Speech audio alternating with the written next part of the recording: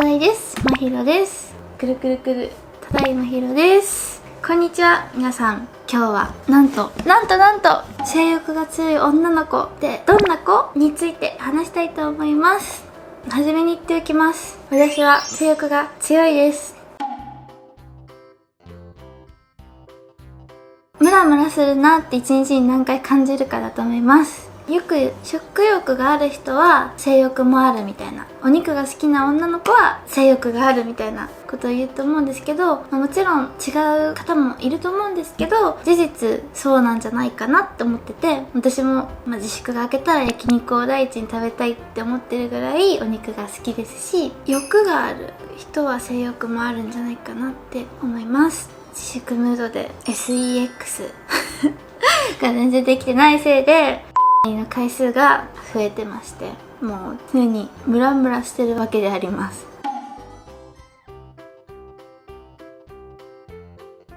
絶対してると思うんですけど、私すごい気になることがあって、何ってやっぱ恥ずかしいじゃないですか。私も学生時代とか本当はしてたけど、なんかそういう話になった時にいやしてないよみたいな感じで言っちゃってたんですよ。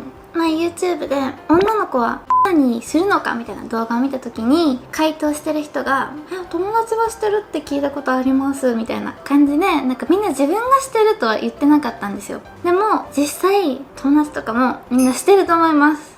してますよねなんですかね、やっぱ恥ずかしいですよね、言うの。男の子とかに聞かれたらこいつはやれるって思っちゃうんじゃないかなとか考えて、いやしてないよって多分みんな言っちゃうと思うんですけど、下ネタとか話さない子の方がぶっちゃけ性欲はあるんじゃないかなって思ってて、服とかもあんまり露出しない人、Twitter とかは別だと思うんですけど、実際に街中歩いてる人とかだったらそっちの方が強いんじゃないかなって思います。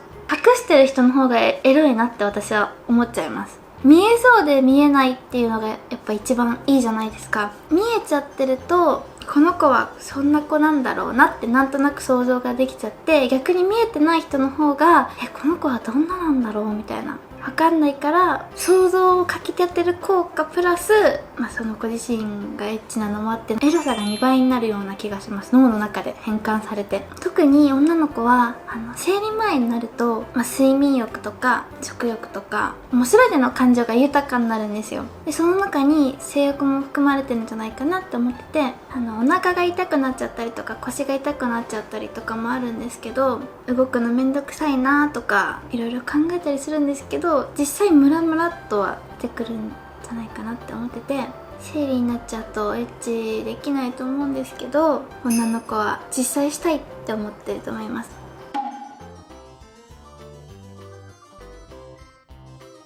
意外と友達とかの話を聞く感じ、男の人の方がびっくりするっていう例をよく聞くことがあって、彼女の性欲が強すぎて困るみたいな話を聞くことがあって、女の子からは彼氏があんましてくんないみたいな。でも多分あんましてくんないっていうのはしてるんだと思うんですよ。普通に1日1回とか。でもそれじゃ足りないみたいな人が実はいるんじゃないかな。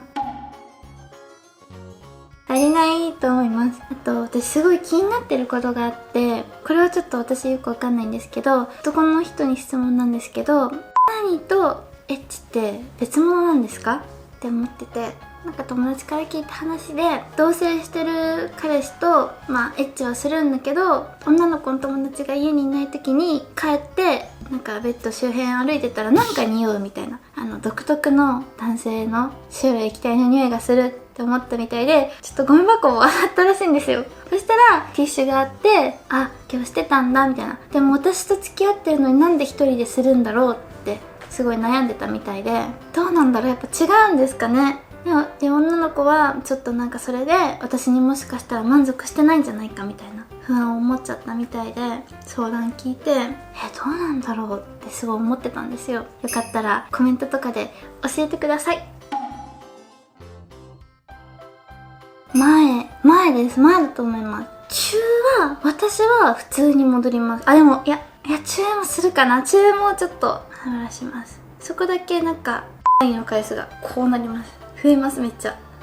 でもディルド使えないので多分物足りなくて回数が増えるのかなっていうのもある気がします。